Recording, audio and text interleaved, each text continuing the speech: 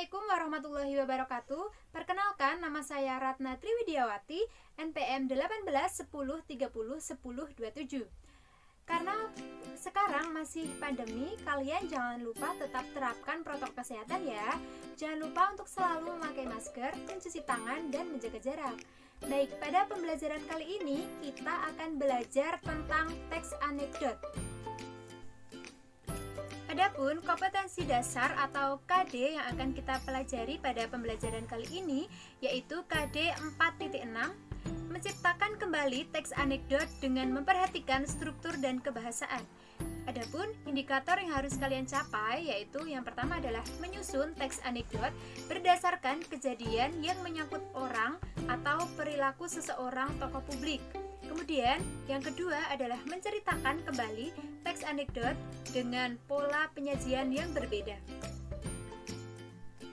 Kemudian, tujuan dalam pembelajaran kali ini yaitu peserta didik diharapkan mampu menciptakan kembali teks anekdot dengan memperhatikan struktur dan kebahasaan dari teks anekdot. Baik, pada pertemuan sebelumnya kita sudah mempelajari tentang teks anekdot, mengenai pengertian, kemudian ciri-ciri, kemudian contoh teks anekdot, dan struktur dan kebahasaan teks anekdot.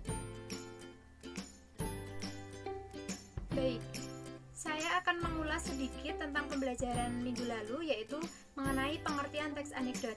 Jadi, teks anekdot itu adalah teks yang berisikan sindiran, kritikan, atau yang mengandung unsur humor atau lucu. Nah, kemudian struktur yang terdapat dalam teks anekdot itu terdiri dari satu, abstrak, yaitu bagian dari awal paragraf.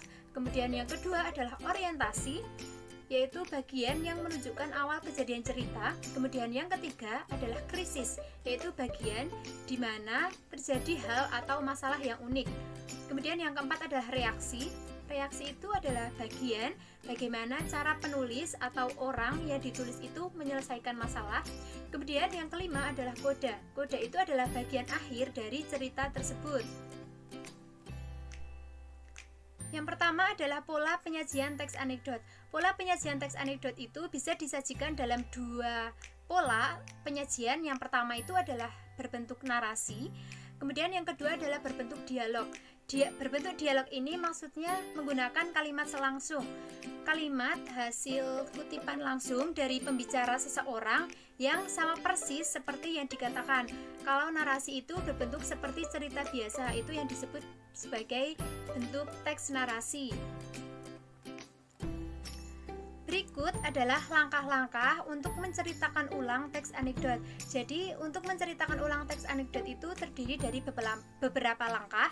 Yang pertama adalah membaca isi teks anekdot dengan seksama, kemudian memahami jalannya cerita.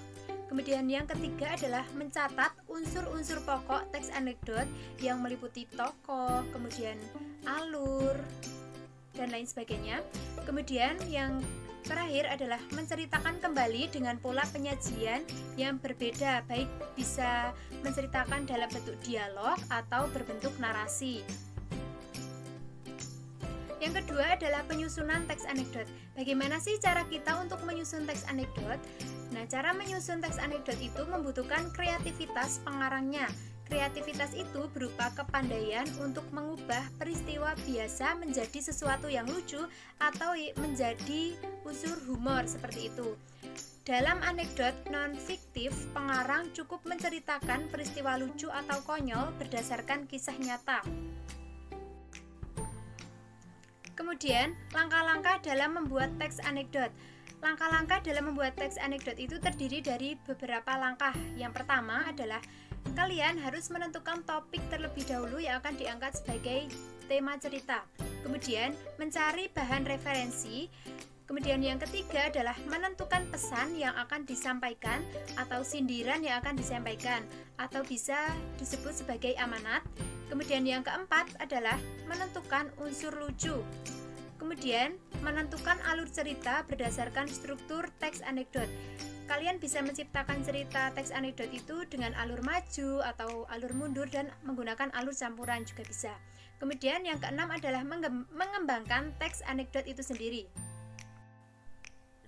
Kemudian, yang ketiga adalah penceritaan teks anekdot. Aspek yang harus diperhatikan dalam menceritakan teks anekdot itu meliputi 3 hal. Yang pertama adalah sikap badan, kemudian suara, kemudian yang ketiga adalah kewajaran sikap.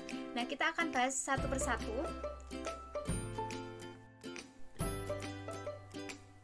Yang pertama adalah sikap badan.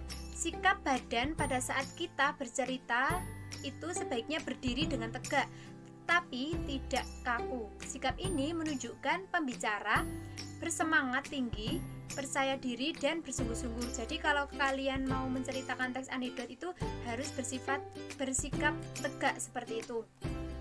Kemudian aspek yang kedua yang harus diperhatikan dalam kita bercerita yaitu adalah suara. Bercerita itu harus memperhatikan suara, harus mampu mengatur irama dan tempo suara.